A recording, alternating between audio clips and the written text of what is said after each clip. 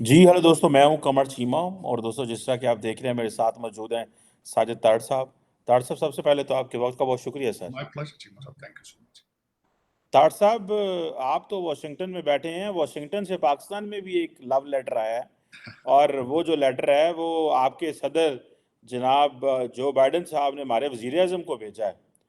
मैंने तो ताड़ साहब वो लव लेटर पढ़ा है और आपने भी सारी बातें देखा होगा और मैंने इंडिया और अमेरिका के जो ताल्लुकात हैं उनकी भी डिटेल देखी है। ताड़ साहब ज़मीन आसमान का फ़र्क है और लेकिन लग रहा है कि अमेरिका डर गया इस सेंस में। उन्होंने कहा पिछला वज़ीर आज़म कहता था मेरे से फ़ोन पे बात करो, हमने फ़ोन पे बात नहीं की। इस वज़ीर आज़म को लेटर भेज दो, तो इसको फ़ोन पे बात नहीं करेंगे। ताड़ साहब वैसे अमूमन तो बात तो टेलीफ़ोन पे होनी चाहिए थी।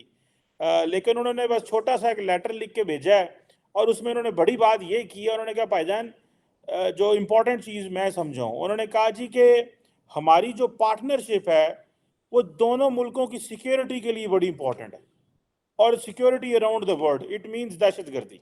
बिल्कुल। इसके अलावा जो मेजर बाकी उन्होंने क्या ह्यूमन राइट्स ये वो और ग्रीन अलायंस कोई बहुत बड़ी बात नहीं है। आप कैसे तार साहब इसको एनालाइज करते हैं? भारत की देखें वो तो बड़ी लंबी चौड़ी स्ट्रेटेजिक पार्टनरशिप है। गेम तो भारत ऑलरेडी ले चुका है, लेकिन अब हम इस लेवल पे आ गए हैं कि अमेरिकी सदर फ़ोन भी नहीं करता, खत लिखता है। चीमा साहब, उसके 2-3 वजूहात हैं। एक तो पाकिस्तान की importance after the fall of Kabul, यहाँ पे जो लॉ मेकर्स थे वो इतनी इंपॉर्टेंस समझते नहीं है। दूसरा, अमेरिका की अपनी इकोनॉमी, अमेरिका की अपनी वीक फॉरेन पॉलिसी, और फिर उसके बाद दुनिया के बड़े-बड़े मसाइल, जिस तरह मसाइल से मुराद ये है कि यूक्रेन वॉर, सारी अटेंशन और पैसा अमेरिका का सक वो कर गए। फिर उसके बाद सबसे बड़ा दूसरा मसला इस वक्त चल रहा है जो इजराइल वॉर है। तो उसमें जब देखा जाता है उस तनाजर से, तो फिर आपकी इंपॉर्टेंस बहुत कम रह जाती है। एक तो सबसे बड़ी वजह है। तीसरी बात यह है, बाइडन साहब मेरा ख्याल है फोन करने की सलाहियत भी नहीं रखते। लेटर किसी ने लिख दिया होगा, वो भी हो सकता है कोई इंडियन नजाद ही हो, क्योंकि इस वक्त उनके स्पीच राइटर और सारा जो कुछ हुआ है। अब मैं उसमें बताना चाहूंगा कि इस वक्त आपके रीजन में नई डेवलपमेंट्स क्या हो रही है। आपके नई डेवलपमेंट्स जो है चीमा साहब, दो चार बड़ी सीरियस दो चार चीजें हुई हैं, जिसकी वजह से मैं समझता हूं अमेरिका भी कंसर्न है और भारत को भी कंसर्न होना चाहिए। और जयशंकर साहब जो फिलिपाइन गए हैं, ये भी एक कंसर्न है, वो सारा उसी का हिस्सा है, सिंगापुर और फिलिपाइन। दो सबसे बड़ी चीजें ये हुई हैं कि मालदीव ने चाइना के साथ कल बड़ा सरप्राइज दिया इंडिया को, जो वहां से पानी इंपोर्ट किया है बहुत ज्यादा क्वांटिटी के अंदर। और उसके बाद उनके जो मजीद उनके साथ चाइना के साथ रिलेशनशिप, और उनके जिस तरीके से उन्होंने भारत के लोगों को भी वहां से निकाला, जो आर्मी के जो ट्रेनर थे या पायलट थे, जो भी, एक तो वो कंसर्न है। इस वक्त अमेरिका को भी अमेरिका वॉच कर रहा है। फिर दो चीजें हुई हैं कि आपके श्रीलंका के प्राइम मिनिस्टर चाइना के दौरे पर, और चाइना ने उनको उसके पीछे जो अवामिल ये थे कि आईएमएफ ने उनको कहा है कि जब तक चाइना आपके कर्जे रीस्केड्यूल नहीं करेगा, हम आपके साथ डील नहीं करेंगे। उस सिलसिले में वो वहां गए हैं, और जो मुश्तरका एलामिया बयानिया उसके बाद जो बताया गया है, उन्होंने ये तो नहीं कहा कि हम कर्जों का क्या करेंगे, लेकिन चाइना ने उनको कहा है कि वो will help you financially, we won't let you down. लेकिन वहां पे जो दूसरी चीजें और नए कॉन्ट्रैक्ट साइन किए जा रहे हैं, उसके अंदर एक सबसे बड़ी बात यह है कि एक तो वहां पे पोर्ट को, बहुत बड़ी पोर्ट चाइना फिर दोबारा एक्सपैंड, जो उनके पास पोर्ट थी पहले जो श्रीलंका की, उसको एक्सपैंड करेगा। और इंडिया ने उसके ऊपर अपने रिजर्वेशंस का इजहार भी किया है कि इसके बाद चाइना की नेवी की कैपेसिटी वहां पे इंक्रीज हो जाएगी। वहां पे परमानेंट आके चाइना की नेवी बैठ के भारत को ऑब्जर्व करेगी और साउथ चाइना सी के ऊपर नजर रखेगी। तो इस वक्त अमेरिका और भारत दोनों कंसर्न है इस बात पे, बल्कि मैंने आपको बताया कि भारत ने उस पर अपना कंसर्न शो भी कर दिया। तीसरी सबसे बड़ी चीज ये है इस वक्त के नेपाल के फॉरेन मिनिस्टर जो है, he is on the trip to China as well. और वहां पे उन्होंने, आपको पता होगा, नेपाल से पहले गोरखा फोर्स, गोरखे जाते थे इंडियन आर्मी में, उनके साथ भी उन्होंने पिछले साल से चीजें चेंज करना शुरू कर दी हैं। और फिर वहां पे वो कम्युनिस्ट पार्टी, सोशलिस्ट पार्टी की तरफ भी नेपाल जो है वो they are leaning towards it. तो ये सारी चीजें ना सिर्फ अमेरिका के लिए, भारत के लिए ये कंसर्न है। तो उसके बाद वो कहते हैं जो टूटे फूटे रिलेशनशिप हो, क्योंकि इस वक्त तीसरा जो मरीज नजर आ रहा है इस एरिया, वो पाकिस्तान है। फाइनेंशियली मरीज हैं आप, तो आपको जरूरत है, आप मरीज हैं, आप क्लिनिक ढूंढते फिर रहे हैं, तो वो अमेरिका ने आपको कहा है कि हम आपको दवाई देंगे, लेकिन ये कि आप इस शर्त पे दुआएं देंगे, दुआई इस शर्त देंगे ईरान से आपने पाइपलाइन नहीं लानी, एक तो ये चीज है, और सी पैक को फोल्ड करके रखना है जिस तरह खान साहब ने फोल्ड कर दिया था। अब उसमें इस वक्त आप भी, आपके पास भी, आप कोशिश कर रहे हैं हम दोनों तरफ से पैसे ले लें, इधर से आईएमएफ से भी पैसे ले लें और उधर से सी पैक से भी कुछ थोड़ा बहुत आ जाए तो बेहतर है, प्रॉपर्टी को बन जाए और मजीद दुबई और लंदन में, आपकी टारगेट ये है। अब इसमें आगे क्या होता है, आप किस तरीके से चल पाते हैं। अमेरिका के अंदर इलेक्शन है, इस ये election will define even in the future of that region at the same time. तीसरी उसमें बात यह है कि आपको पता फिलिपाइन में जो चाइना वहां पे अपने साउथ चाइना सी के अंदर अपने सारा ही कब्जा करना चाहता है उस रूट के ऊपर, जो कि फिलिपाइन भी उस पर अपने क्लेम करता है। तो डॉक्टर जयशंकर साहब फिलिपाइन गए हैं और वहां पे जाके उन्होंने भी अपने मसल फ्लेक्स करने की कोशिश की वहां पे।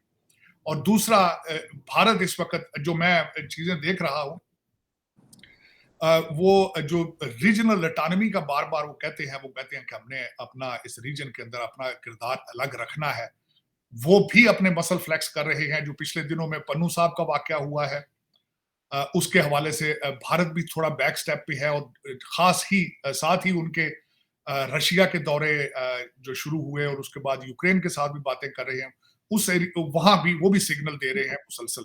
इस वक्त खासकर यूक्रेन के foreign minister is on the trip to India, उस पर भी हम बात करते हैं मजीद कि उन्होंने क्या, किस तरह के बयान माजी में देते रहे और आज वो क्या चाहते हैं।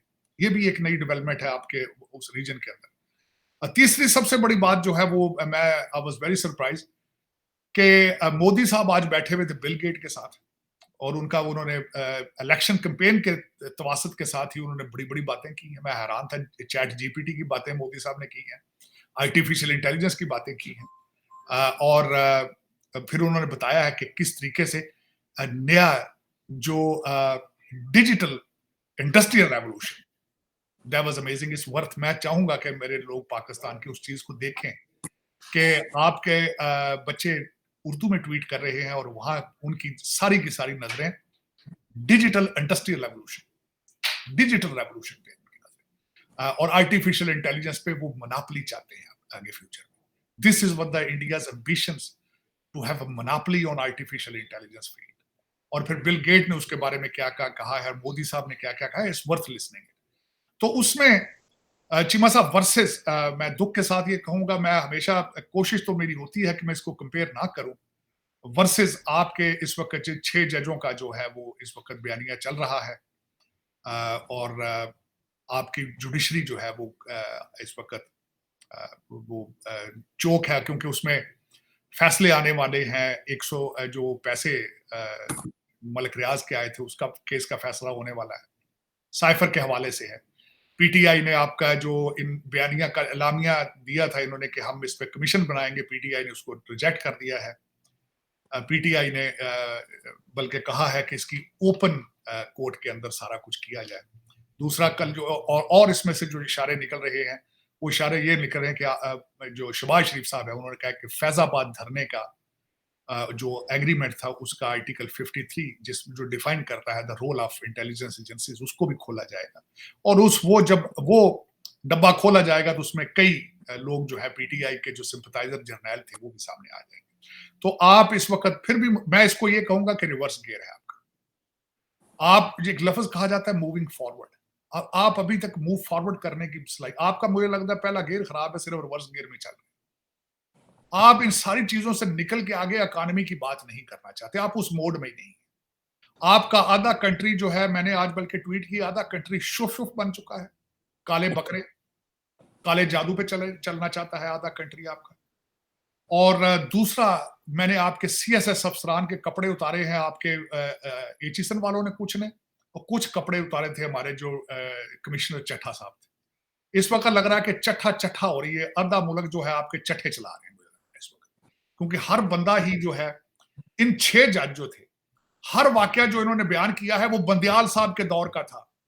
उस वक्त ये क्यों नहीं निकले बाहर? एक जज के साले को जो उन्होंने शाट लगाते रहे हैं पकड़ के एजेंसियों वाले, उसने रिपोर्ट क्यों नहीं की? उसने रिजाइन क्यों नहीं किया? इन 6 जजों में से एक ही रिजाइन कर कहता है।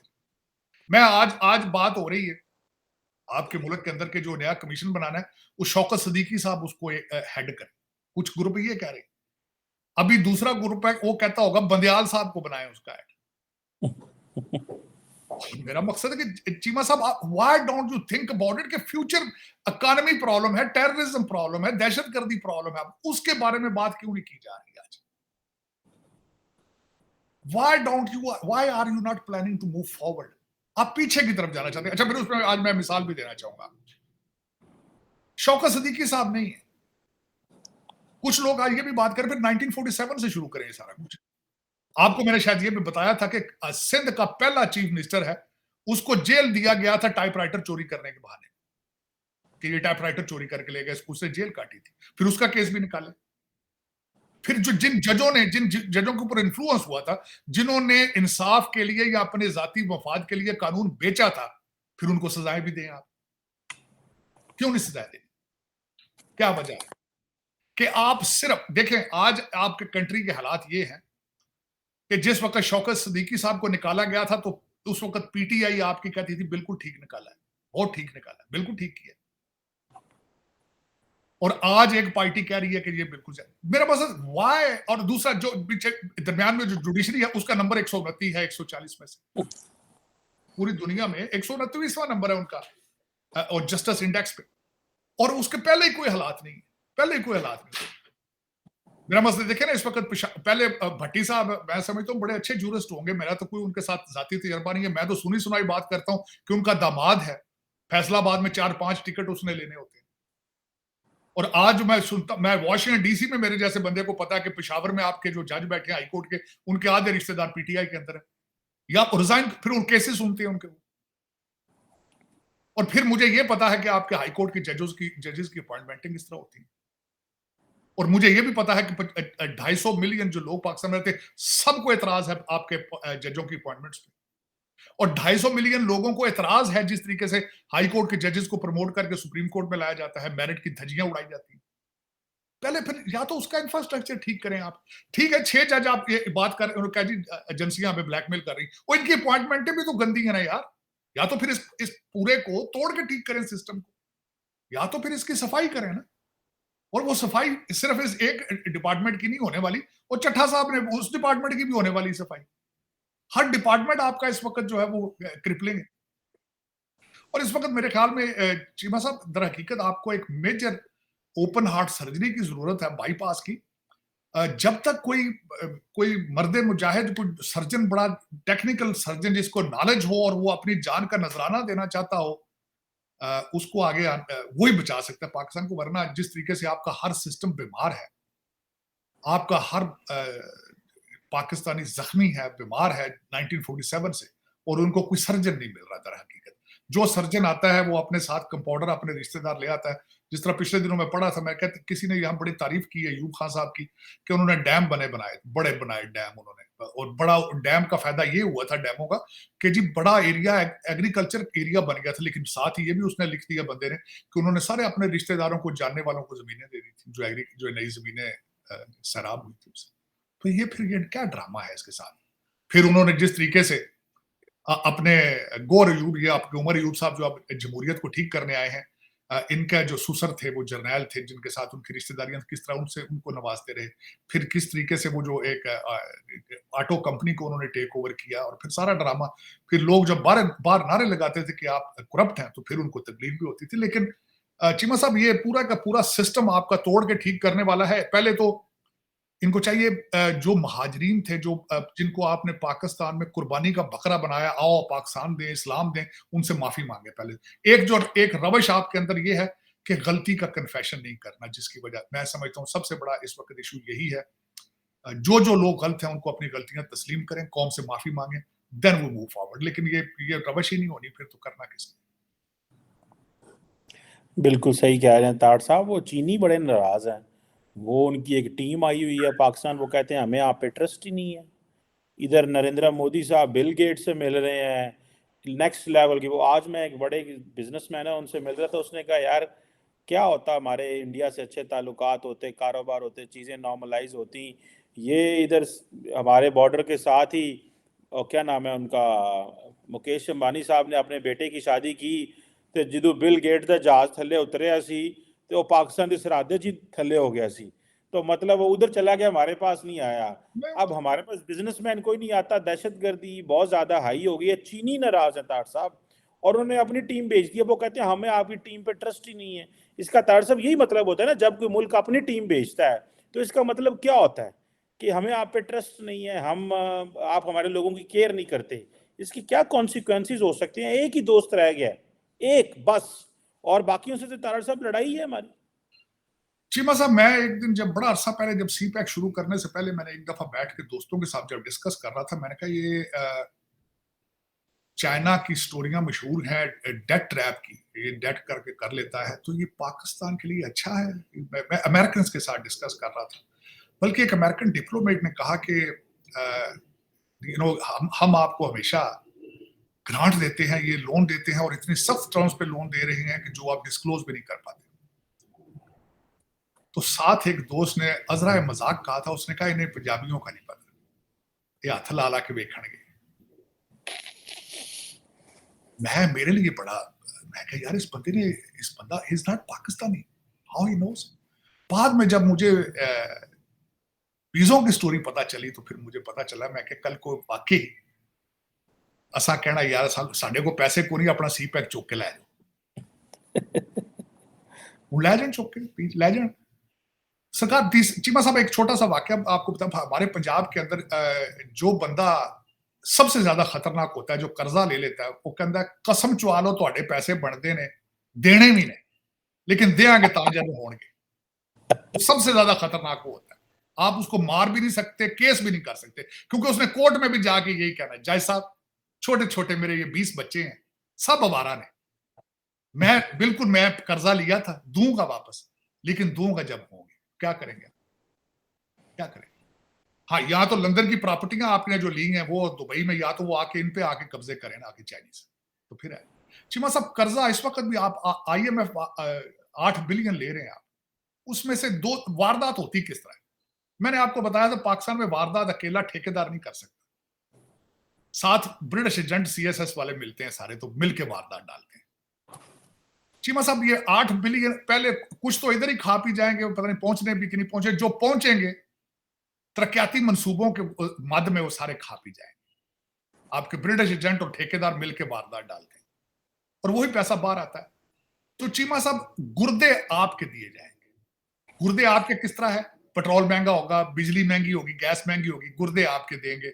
$8 बिलियन सिर्फ करप्ट ठेकेदार और आपके ब्रिटिश एजेंट, ये सारे फैसले सारे लंदन टोरंटो पहुंचेंगे पैसे। चले, लेकिन चीमा साहब देखें, मैंडेट कौम चीख रही है इस वक्त भी। 250 मिलियन लोगों ने मैंडेट दिया था इमरान खान को भी, जिनका बच्चा जो था असेंबली में खड़ा होकर नारे मार लगाता था, मुराद सईद, हम उधर से पैसे स्विट्जरलैंड से लाएगी, इसके मुंह पे मारेगी, इसके भी करेगी तो उधर से भी लाएगी।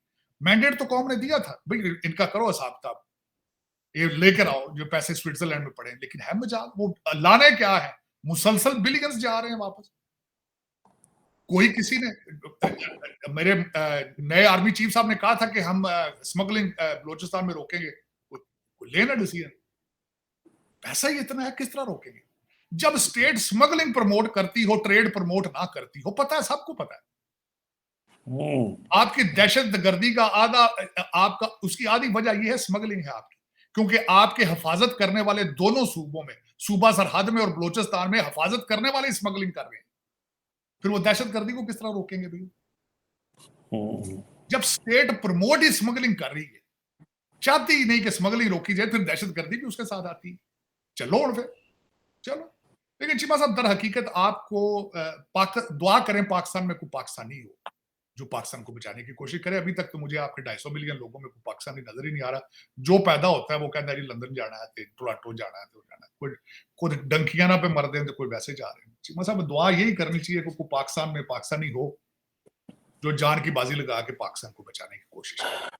तार साहब, एक और बड़ी इंपॉर्टेंट डेवलपमेंट हुई है कि पाकिस्तान, एक चीज मैं बल्कि अफसोस के साथ ये कहूंगा, मुझे थोड़ा सा अफसोस हुआ है अगले दिन, कल मैंने एक खबर पढ़ी है 23 मार्च का जो हमारे हाई कमीशन ऑफिस के अंदर, मैं वही सवाल करने लगा, लेकिन मैं आपको थोड़ी डिटेल देने लगा उसकी। वो ये है, मैं यही सवाल करने लगा था तार साहब, 2 चीजें बड़ी अहम हुई हैं। एक तो 23 मार्च की पाकिस्तान ने 5 साल के बाद तकरीबात की हैं दिल्ली में, 5 साल के बाद, 23 मार्च की। वो हमारे वहाँ पे जो चार्ज डी अफेयर हैं साद वड़ैच साहब, उन्होंने तकरीर वगैरह की है, उन्होंने कहा हमारे फोर फादर्स कुछ और सोचते थे, हालात ख़राब हो गए, बाद में इधर उधर गेम किलर गई। कोई इंडियन नहीं आया अहदेदार। अच्छा, मैं क्योंकि यहाँ जाता हूँ इंडियन हाई कमीशन की अक्सर जो रिसेप्शंस होती हैं, कभी जब वो बुलाते हैं तो हम ज़रूर जाते हैं, तो उधर पाकिस्तानी भी नहीं आते तार साहब, मतलब हमारे लोग भी नहीं जाते, कोई सरकारी। और उधर हम जब खड़े होते हैं तो अक्सर डिप्लोमेट इर्द गिर्द खड़े होते हैं तो गॉसिप हो रही होती है, कोई पाकिस्तानी नहीं आया, who is the chief guest, who is coming, whom have they invited, इस तरह के क्वेश्चंस क्वेरीज होती हैं। लेकिन वो इंडिया की भी जो आजकल मैडम है हाई कमिश्नर यहाँ पे, तो वो भी इस दफ़ा अकेली थी, और पिछले भी दफ़ा भी वो डॉक्टर साहब थे तो अकेले ही होते थे। सो एक तो दोनों एक दूसरे को बुलाते ही नहीं, अपनी ना ये बुलाते हैं ना वो बुलाते हैं। दूसरी अहम बात, ताड़ साहब इस पर जरा तबसरा करिए, ये थोड़ी सी इंपॉर्टेंट ट्रेंड आया है। पिछले साल बिलावल भुट्टो जरदारी ने इफ्तार डिनर किया था, तो इंडिया के जो डिप्लोमेट थे वो वहाँ गए थे, हमारे दोस्त थे, वो अभी चले गए यहाँ से। लेकिन अभी इसहाक डार साहब ने इनवाइट किया इंडियन डिप्लोमेट्स को, आई कोई नहीं। ये मैं आपको स्टोरी दे रहा हूँ। अब ये जो सवाल है कि इंडियन डिप्लोमेट्स का ना आना वाइल नोइंग कि ये एक एनुअल डिनर है, फॉरेन मिनिस्टर बुला रहा है, ये सारा ये ट्रेंड है ना, मतलब कि अगर फॉरेन मिनिस्टर वैसे ही बुलाए तो चले जाते हैं भाई, कॉल ऑन है, जो भी उसको कह लें आप। लेकिन ना तो इंडियन हाई कमिश्नर के लोग इफ्तार पे गए हैं, और वो हम वैसे ही आते जाते नहीं हैं। इसको कैसे देखते हैं तार साहब आप? इसको चीमा साहब मैं नफरत ही देखता हूँ, नफरत को एक साइड पे नहीं, दूसरी दोनों साइडों पे, इसमें कोई शक नहीं। और ये ज्यादती है, ये मैं ज्यादती कहूंगा। देखें, दूसरी तरफ से कई दफा बातें सुन, बाईलैटरल, बाईलैटरल से मतलब होता है दोनों तरफ से, एक तरफ से नहीं होता। तीसरा मैं ये पूछना चाहूंगा, ठीक है, दूसरी साइड से मेरा क्वेश्चन है, बात ना करके मसले का हल निकलेगा कहीं से भी? चीमा साहब नफरत, बल्कि मैं और मैंने कई दफा आज, अब खैर हालात को बहुत ज्यादा खराब हो चुके हैं, इस वजह ये है कि दूसरी साइड पे भी मैं इस चीज का तो बहुत बड़ा एडवोकेट हूं कि ठीक है कि मोदी साहब ने उनको नेशनलिज्म का उनको स्टेरॉइड पे कर दिया, लेकिन नेशनलिज्म जो है वो वाकई ही वो हिंदुत्व के हैं, और ठीक है क्योंकि हिंदू ज्यादा वहां पॉपुलेशन में है तो जाहिर है उनको हिंदुओं को ही उन्होंने सबक देना है, लेकिन उनको खास एंटी पाकिस्तान और एंटी इस्लाम जो टीका साथ लगाते हैं वो भी ज्यादती कर रहे हैं। चीमा साहब उसकी मैं वजह आपको बताता हूं। अब आप हम बात कर रहे हैं डिप्लोमेट्स की, मैंने ये डिप्लोमेट से भी बात की, डिप्लोमेट लफ्ज निकला है डिप्लोमेसी से। ये किधर की डिप्लोमेसी है कि आप एक दूसरे से बातचीत ही बंद कर दें करने? डिप्लोमेसी का मेरी नजर में ये है कि करें जो आपकी मर्जी है, करें जो आपकी फॉरेन पॉलिसी है उस हिसाब से करें, एक दूसरे से मिलें तो सही, आप एक दूसरे से बात तो करें। आप, मेरा ये क्वेश्चन होगा बल्कि डॉक्टर जयशंकर साहब से भी उस साइड पे कि आप बात किए बगैर आप आगे किस तरह चलेंगे? आपको रिजर्वेशन एंड दहशतगर्दी की मैं मानता हूं, एग्री करता हूं, लेकिन डायलॉग तो शुरू करें। आप पूछे तो सही भाई, आप दहशतगर्दी क्यों नहीं रोक रहे हो भाई? कोई लिस्ट तो भेजे अपनी कि यार कि ये फला फला रिजर्वेशन है, इसको ठीक करें। मैं समझता हूं अगर डार साहब ने चले पहले की है इस चीज में कि हमें ट्रेड करना, दूसरी साइड से जवाब आना चाहिए तभी हम आपसे ट्रेड शुरू तब करेंगे अगर ये चीजें आप ठीक करें तो। आप सारी दुनिया में घूम रहे हैं, मैं बिल्कुल सही कह रहा हूं, आप बिल्कुल आले ऐलान कह रहे हैं कि वो है रीजनल पावर, किस तरह, लेकिन साथ एक पड़ोसी है उसके साथ बात नहीं करनी आप, इनके पास फिर आप ऑप्शन नहीं छोड़ेंगे कि अच्छा। दूसरा, मैं दर हकीकत चीमा साहब मैं जिस चीज की एडवोकेसी मुसलसल कर रहा हूं वो ये थी, मैंने उधर भी समझाने की कोशिश ये की है कि मसाइल आपके चाइना के साथ कम है, वो पूरी स्टेट कहता है आपने कब्जा की, लेकिन आप ट्रेड कर रहे हैं उनके साथ, आप साइड लाइंस पे उनके फॉरेन मिनिस्टर को भी मिल रहे हैं, डॉक्टर जयशंकर साहब मिल रहे हैं उनको। और मैं इधर बार बार अगर ये कहता हूं कि इन्होंने नफरतों में अपने कान और आंखें बंद कर दी, तो आपने कौन सी खुली छोड़ी थी? आप भी तो यही कर रहे हैं। मैं तो चीमा साहब अपने कमेंट ही नहीं पढ़ता, अगर मैं कमेंट पढ़ दूं नीचे से मैं तो आपके साथ बात ही ना कर सकूं।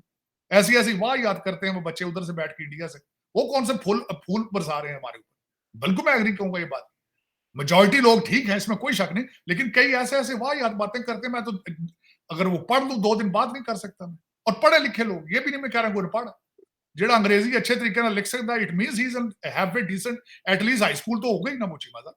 लेकिन उधर भी नफरत इतनी कि मुझे समझ नहीं आती कि इस तरह इन सर्कमस्टांसेस में how can you move forward. आप भी वहां से आप कहते हैं कि साउथ चाइना सी तो हम रीजनल पावर बन जाएंगे, पड़ोस में अगर आग लगी होगी तो फिर आप किस तरह बन जाएंगे भी आप। और पाक मेरे ख्याल में ये इनको मुखालता है, पड़ोस में अगर कोई कंट्री आपकी पावर सक करना चाहेगा, दहशतगर्दी में आग लगेगी तो you won't be able to enjoy things. Pakistan भुख है ना, लेकिन एक पाकिस्तान के फाइनेंशियल मैटर है, लेकिन ये कि चाइना अगर मुझे खदशा था पहले पिछली दफा जब सी पैक बनने लगी थी चीमा साहब, मैं आपको तहफात बताना चाहूंगा। जब सी पैक बनने लगी थी चीमा साहब, उन्होंने आपके हर शहर के अंदर चाइनीज जबान के स्कूल खोल दिए थे। हर शहर के अंदर बैंक ऑफ चाइना की ब्रांचें पाकिस्तान खुल रही थी। चाइनीज आके मुसलसल पाकिस्तानी लड़कियों से शादियां कर रहे थे।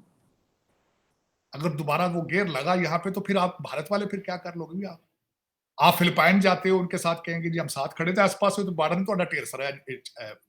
पाकिस्तान का तो बॉर्डर ही बहुत ज्यादा है इंडिया के साथ। अगर वो आ गया यहाँ पे, सारा चाइना अंदर आ गया, सारा कुछ कर गया, फिर क्या करोगे आप श्रीलंका के पोर्ट के ऊपर आज बातें कर रहे हो, तहफात हैं, और ग्वादर छोड़ के वो वाघा पे भी आ गए तो फिर क्या करोगे आप। लेकिन ये कि इनकी, मैं वैसे पॉलिसी मुझे इसमें I have issue with it. मैं वैसे जंगों के इन चीजों के हक में नहीं हूं चीमा साहब, ज्यादती है ये। मैं उस टॉपिक पे आना चाहता हूं जो मेरी एडवोकेसी थी। मेरी एडवोकेसी ये थी, पाकिस्तान के साथ ट्रेड शुरू करो, मसाइल साइड पे रख के। ट्रेड शुरू होगा, पाकिस्तान में इन्फ्लेशन कम होगी, लोग आए जाएंगे, दूसरे मसाइल भी डाई डाउन हो जाएंगे, दूसरे भी हल हो जाएंगे मसाइल। This is what I believe in it.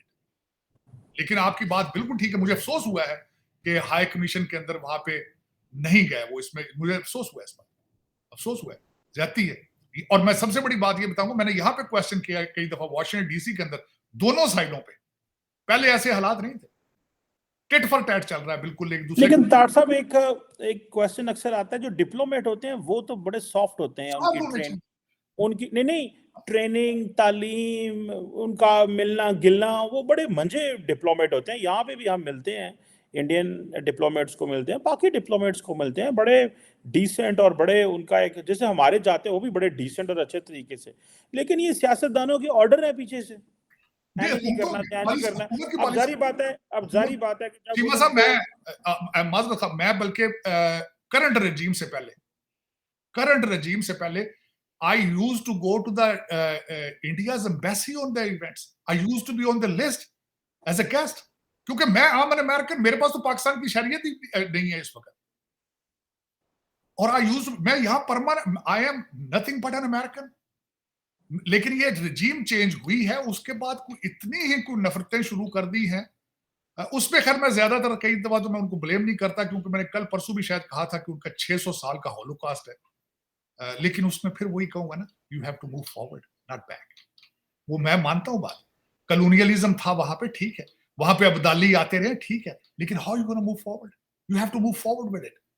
माजी को देखकर, गाड़ी की पिछली साइड पर देखकर गाड़ी फ्रंट पे नहीं चलती, पिछले शीशे में देख के आपको फ्रंट शीशे में देखना होगा। You have to move forward with it. हाँ, अगर पीछा कहते सुते शेर जगाने जो तो लगे रहो, फिर कौन थे 1865 में ये हुआ था, 1870 में ही हो, ठीक है, पर करो, पर this is how you want to move on, then there is no solution. लेकिन ये कि मुझे अफसोस हुआ कि 23 मार्च पे लोग नहीं जा सके। हालांकि मैं हमेशा ये कहता हूं कि I love India, my self, I love India. उसकी वजह ये है, majority of the people, they are good people, or not only in India, everywhere in the world. Majority of the people, 90% people, they are born good people. If you treat them right, they respond right. 10%, 8% लोग तो they are born trouble maker, वो तो you cannot please them to begin with. इसी वजह से मैं अपने comments नहीं पढ़ता हूँ चीजों के नीचे, क्योंकि मुझे पता है 2-3% लोगों की वजह से मैं अब लोगों से प्यार करना छोड़ दूं, मैं इंडिया के खिलाफ बातें करना शुरू कर दूं। It's not good at all. It's not a solution, matter of fact, it's not a solution.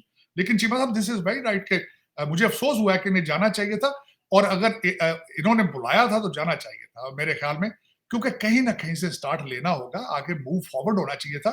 मैं बिल्कुल चीमा साहब, आप इनके मैं मंत्र जो इन्होंने बनाया उसको भी सपोर्ट करता रहा हूं। मैं मोदी साहब को भी कहता हूं कि he has taken India to next level, because he is Hindu and he is promoting Hinduism, that's fine, there's nothing wrong with it. लेकिन हाँ, अगर नफरतों में इस तरह रहना है तो नफरतें आपको कहीं आगे नहीं लेके जाएंगी आप। और फिर ये एक और बात है चीमा साहब, मैं और बात बताऊं, अगर आपको नफरत सिर्फ पाकिस्तानियों से है, मैं ये भी समझता हूँ, इस्लाम के लिए तो आपका सारे आप गल्फ स्टेटों से आप जाके सिविलियन अवार्ड ले रहे हैं, आप जाके अफगानियों के साथ बैठ के लवी डबी हो जाते हैं, फिर नफरत सिर्फ आपकी पाकिस्तानियों के लिए। अफगानियों ने जाके सारा जो इंडिया में करते रहे वो अफगानी थे, पाकिस्तानी नहीं थे जो अब्दाली वगैरह थे। उनके मामले में आके फिर भूल जाते हैं आप चीजें। या तो फिर स्टैंडर्ड अपना एक रखें ना कि आपको इस्लाम से भी नफरत है तो हर चीज से नफरत है। आप हायर सिविलियन अवार्ड भी लेते हैं, मिडिल ईस्ट में जाके आप लेबर भी करते हैं, काम भी करते हैं और उनसे सारा कुछ, या तो फिर स्टैंडर्ड एक रखें। लेकिन पाकिस्तान के हवाले से भी मेरे ख्याल में the only solution you have to move forward, आपको नफरतों से आपको भी बाहर आना होगा, वरना फिर उधर से तो पहले ही हालात खराब है ना। वो मुझे बात नहीं भूलती उसकी, एक दफा जब वो मेरे ख्याल है पुलवामा का वाकया हुआ था, तो हमारे ब्रिटिश शम्स साहब थे हाई कमिश्नर इंडिया बरतानिया में, उन्होंने कहा था ठीक है जी, किसी ने सवाल किया, सुना जी भारतीय तैयारे इस्लामाबाद आ गए, उन्होंने कहा अपने नुकसान करेंगे, इकोनॉमी खत्म हो जाएगी, हमारे पास तो है ही कुछ नहीं। हाँ, तो फिर वो इन्होंने अगर बिहेवियर ये रखना है तो फिर 8.4% से फिर वो कुर्बानी तो आपने देनी, हमारी तो नेगेटिव 8.4% है। नहीं, मेरा ख्याल है कि शायद इलेक्शन का टाइम है, इलेक्शन तो इलेक्शन है तो वो इलेक्शन के बगैर भी मैंने देखा है कि उस साइड पे भी नफरतों में कमी नहीं। कम लोग हैं जो पढ़े लिखे कुछ लोग हैं जो कहते हैं कि नहीं हेटरेड इज नॉट वर्किंग, लेकिन उधर भी लोग हैं कहते नहीं Taliban in any form, her religion के अंदर तालिबान मौजूद है, हर रिलीजन के अंदर, ये भी मेरा एक तजर्बा है। और उनको कंट्रोल रखना चाहिए उनको, वरना आप हर रिलीजन के अंदर क्रिश्चियनिटी है, जूदाइज्म देख लेना, और फिर उसी तरह हर मजहब के अंदर तालिबानी एलिमेंट मौजूद होते हैं। आप you have to keep the lid on that matter, otherwise फिर वो पूरी सोसाइटी को कोलैप्स कर देते हैं। बिल्कुल सही कह रहे हैं तार साहब, इधर भी जब हाई कमीशन बुलाते हैं तो सारे पाकिस्तानी जाते हैं, civil society, academia, media, politician, sportsman, musician जाते हैं। उधर भी जारी बात है वो बुलाते होंगे तो जाते हैं होंगे, लेकिन हुकूमतों को थोड़ा काम नरम करना चाहिए, इससे कोई फ़र्क नहीं पड़ेगा। लोग आजकल वैसे ही कनेक्टेड हैं, सोशल मीडिया के ज़रिए कनेक्टेड हैं, राब्ते हैं। और मैं अक्सर कहता हूँ कि तार साहब इंडिया जितनी मर्जी चीन ना लड़ाई लड़ रहा है, मतलब उनको ज़रूरत तो हमारी है, लड़न वास्ते भी और प्यार करने के लिए भी, ठीक है। क्योंकि अगर वो लड़ेंगे चीन के साथ ना उन्होंने ज़ुबान समझ आती ना साड़ी आती है। वो इंडियन मीडिया का मैं आपको वाकया सुनाता हूँ, अक्सर वो उधर जब चीन पे जो LAC पे मसले थे ना, तो उनको समझ नहीं आती थी मॉल कैसे गर्म करें, क्योंकि media is all about TRP, सारा वो रेटिंग शेटिंग। तो उन्होंने कहा क्या करें, उन्होंने कहा पाकिस्तानियों को बुलाएं। तो वो पाकिस्तानी जाते थे वहाँ पे, ओए तुसी दसो ਤੁਹਾਡਾ यार चीन इंज करता है, ओ ਤੁਹਾਡਾ इंज करता है। पाकिस्तानी कहते थे हाँ हम वो तुमसे ये ले लेंगे, हम चीन इधर जाएंगे, हम उधर। तो मतलब ये है कि हम तो बिल्कुल ठीक है चीमा साहब, बल्कि मैं तो ये हमेशा ये कहता हूँ कि हमारे डिफरेंसेस कम है, सिमिलैरिटीज ज्यादा है, और we need to capitalise on that. Similarities बहुत ज्यादा है, इसमें कोई शक नहीं, differences they are very limited.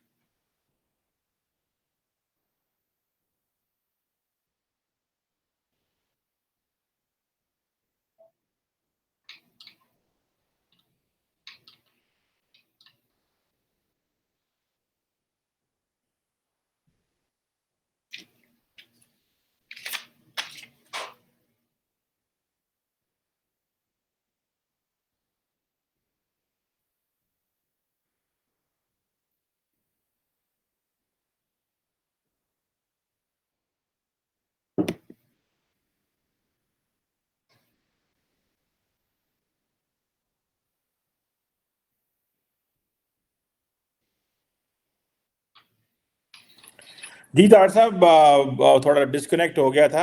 Any how thank you very much, it's always pleasure talking to you sir, बड़ा मजा आया वंस अगेन आपसे बात करके। आप थैंक बहुत you. Thank you very much, thank you.